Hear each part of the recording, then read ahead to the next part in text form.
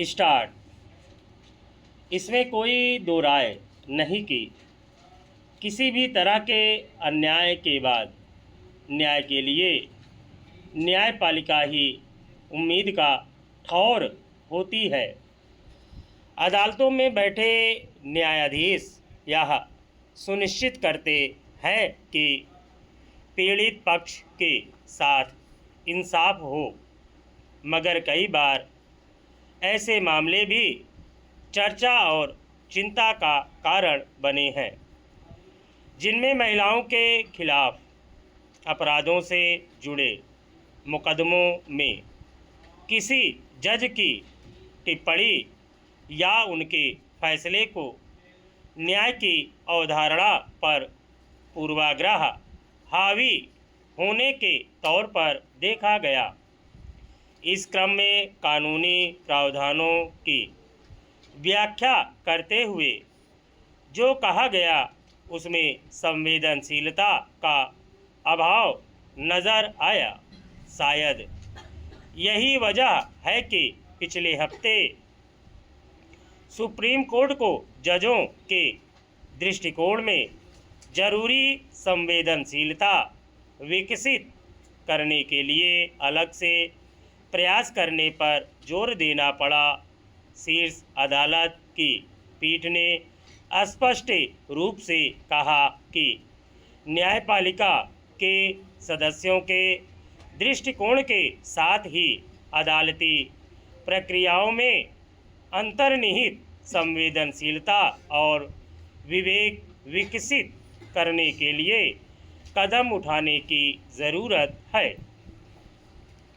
हालांकि समय समय पर शीर्ष अदालत की ओर से न्यायाधीशों के दृष्टिकोण पर रूढ़िवादी सोच हावी होने से उपजे सवालों से निपटने के लिए कदम उठाए गए हैं।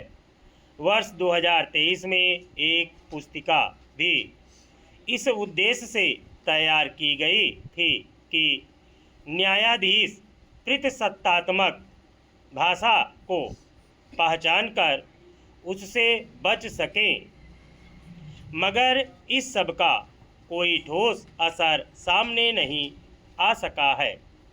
इसी के मद्देनज़र सुप्रीम कोर्ट ने अब राष्ट्रीय न्यायिक अकादमी को यौन हिंसा और अन्य अपराधों के संदर्भ में न्यायाधीशों तथा न्यायिक प्रक्रिया के भीतर संवेदनशीलता एवं करुणा विकसित करने के उद्देश्य से दिशा निर्देश तैयार करने के लिए एक विशेषज्ञ समिति गठित करने को कहा है।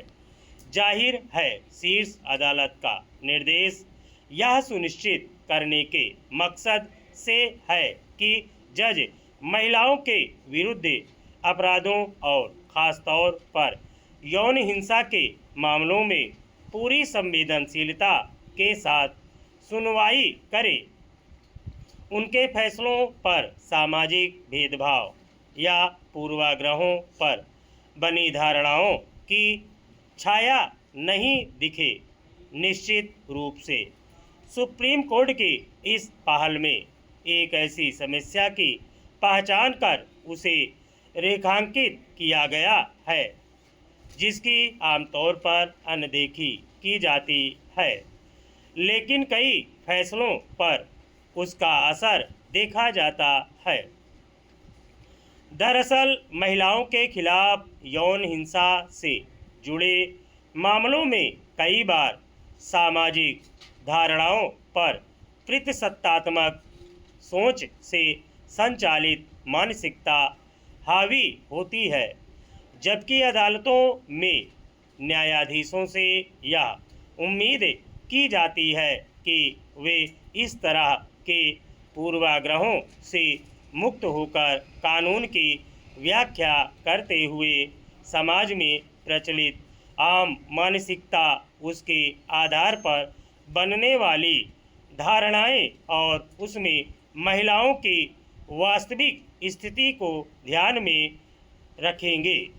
साथ ही वे मामले में फैसला देते हुए निरपेक्ष रहकर जरूरी संवेदनशीलता और करुणा का सहारा लेंगे। स्टॉप।